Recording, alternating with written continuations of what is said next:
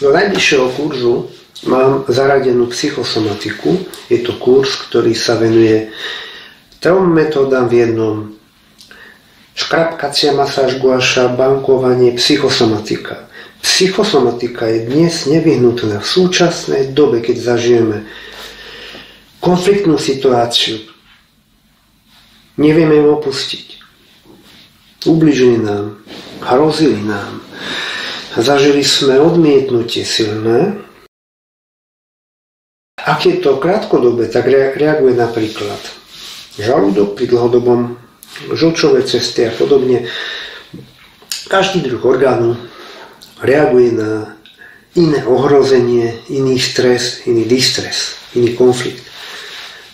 Keď porovnáme svet živočíchov zvierat, ak zažije útok, boj nejaké zviera v prírode, buď porazí supera, alebo je zabité. Ak ho porazí alebo utečie, nájde si nové miesto, zbaví sa konfliktu a nevytvára si ochorenia, ako sú srdcovo-cievne ochorenia, infarkty, rakoviny a rôzne iné, ktoré u ľudí sú bežné a sú na prvom mieste v počte úmrtí.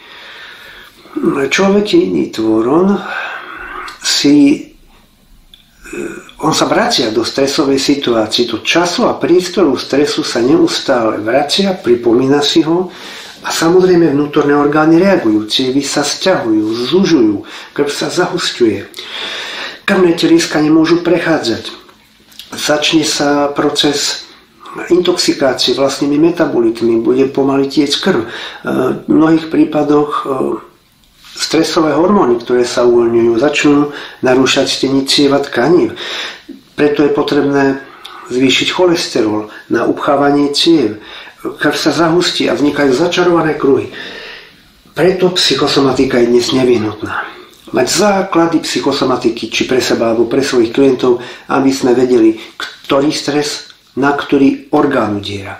Ako identifikovať stres, ako s ním bojovať, čo urobiť, aby sa nevracal. A to sú základy praktické psychosomatiky, ktorú budem vysvetľovať jednoducho, prosto, aby sme pochopili a každý vedeli používať, aj naši klienti, aj naši rodinní príslušníci, aby sme mali praktický nástroj aj na tejto úrovni. Takže psychosomatika nie je nič zložité, ak to používame logicky a prosto a nesnažíme sa ho skomplikovať, preintelektualizovať, ale ho presne rozdeliť, diferencovať na jednotlivé vnútorné orgány a systémy. Vtedy nám dáva logickú cestu, logický nástroj, ktorý môžeme používať po svoj prospech, pokiaľ je potrebné, a pracovať s ňou na 2 úrovniach, to je na terapii a aj na prevencii a profilaktike. Najbližšie psychosomatika na kurze doplnkové metódy vo viscerálnej praxi v Banskej Bystrici.